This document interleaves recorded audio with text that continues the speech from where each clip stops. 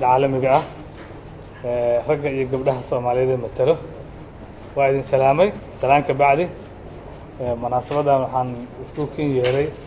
inaan dhowr arrimood idin kala hadlo horta ugu horeyn dadka Soomaalida meel kasta joogaan waxaan ugu tahniideynaa ciidda wanaagsan ummadaha islaamka ay la wadaagaan iyo bisha barakeysneed ee sida wanaagsan ugu dhamaatay gaar ahaan waxaan ugu tahniideynaa xaaladihii amniga ee soo hagaagayay qaraxyadii laga badbaaday taas waan ugu tahniideynayaa taas hadaan meeshaas uga baxo dhawaan waxaa dalka booqasho ku yimid wafdi ballaaran oo horkacayay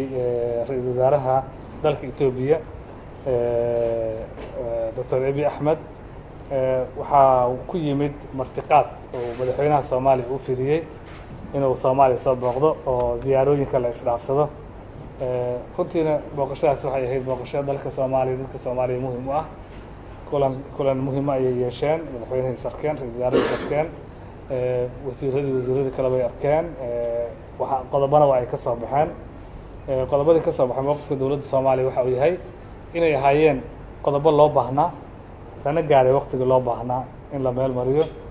waxa ugu horeeyay qodobadaasi in la xoojiyo xagga amniga oo haddaba laga wada shaqeeyo iskaashi xagga amniga la yeesho in xagga diblomaasiyadda tilaabooyin dheeraad ah la qaado oo wada xiriir xoogan oo macno la sameeyo oo magaalooyinka waaweyn ama Soomaaliya ha noqoto ama Ethiopia ha noqoto laga sameeyo matalaad qunsuliyadeed qunsuliyadu waxay fududeeyaan muwaadiniinta dalkaaga markay dalka la tagaan qolada u adeegto oo hay'adaha dawladda oo idil matalaysa waaye oo dokumentiska iyo dadaalka iyo waxyaabaha ay u baahan yihiin u meel mariso in marka aysan caasimadaha ku koobnaan caasimadaha laga bixiyo oo qofka Soomaaliga ahi meesha uu tago haddii uu dalkaas u baahan yahay oo qunsuliyad oo fiisaha ka qaato ama howlaha fududeyso la helo haddii dalka Ethiopia qof Soomaaliya uu joogo uu ka adeeganayana magaalooyinka waa magaalada tago inuu ka heli karo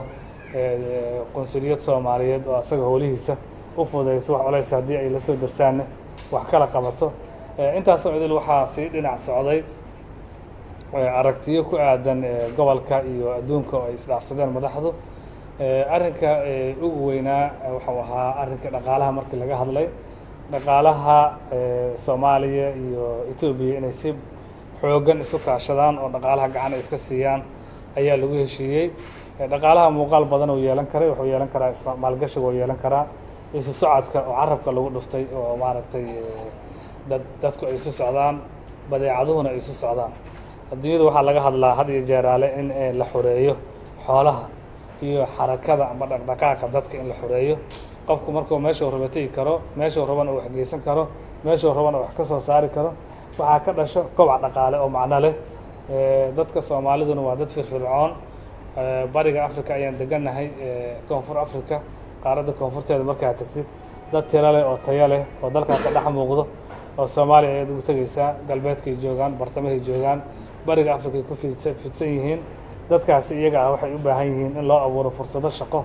iyo aag ay dhaqdhaqaaqayaan ama ay ku dhaqdhaqaaqayaan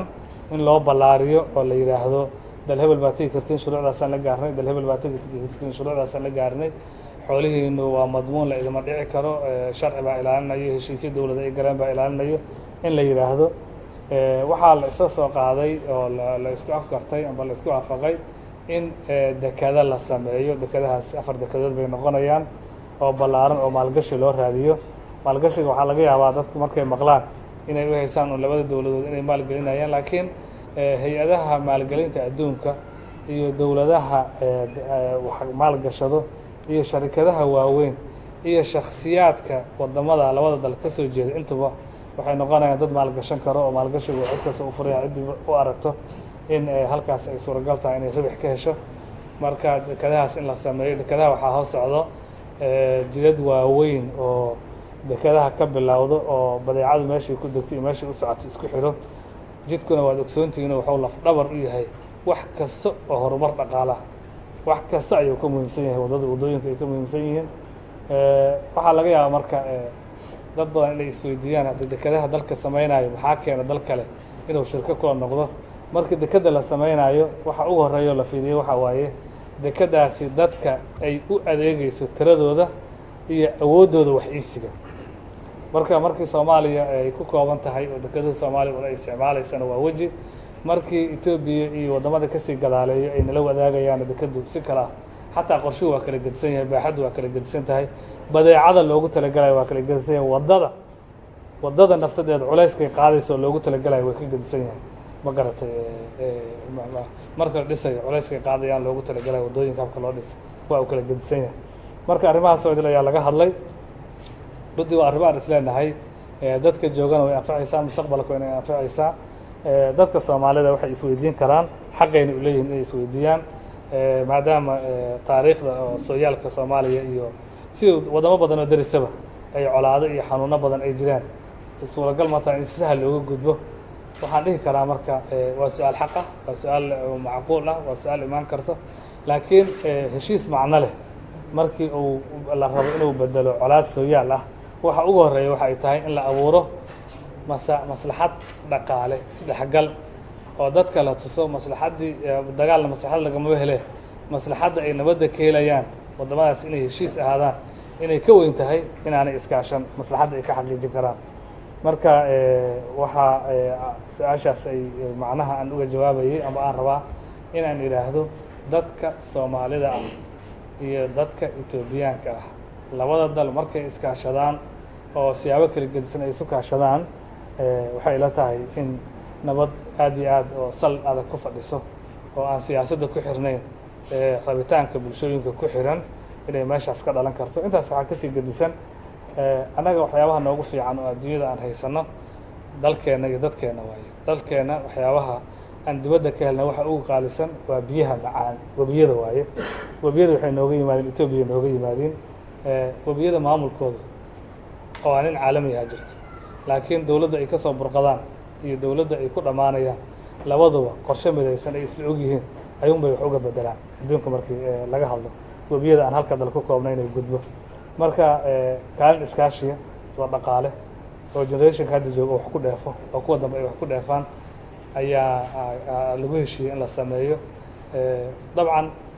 guddiyo isku dhafaha la samayn doonaa, khubaro la samayn doonaa, meelaha waxaa laga bilaabaya la samayn doonaa si loo maalgelinayo shuruucda. intaas markii la sameeyana dawladdu waxa ay dhex mari doonaan howlahaasi mu'asasaadka dawladda sida loo kala leeyahay, amba ha noqoto qaybta fulinta xukuumadda, amba ha noqoto baarlamaanka oo heshiisyada caalamiga ansixiyo, amba ha noqoto madaxweynaha ama madaxtooyada oo marka dambe sharcigaas dhaqangalka ka dhigo. intaasoo idil ay mari doonaan, laakiin xilli cusub iyo weji cusub iyo marxalad cusub in labada dal uu bilowda go-aanka u ahaa. waa mahadsantihiin.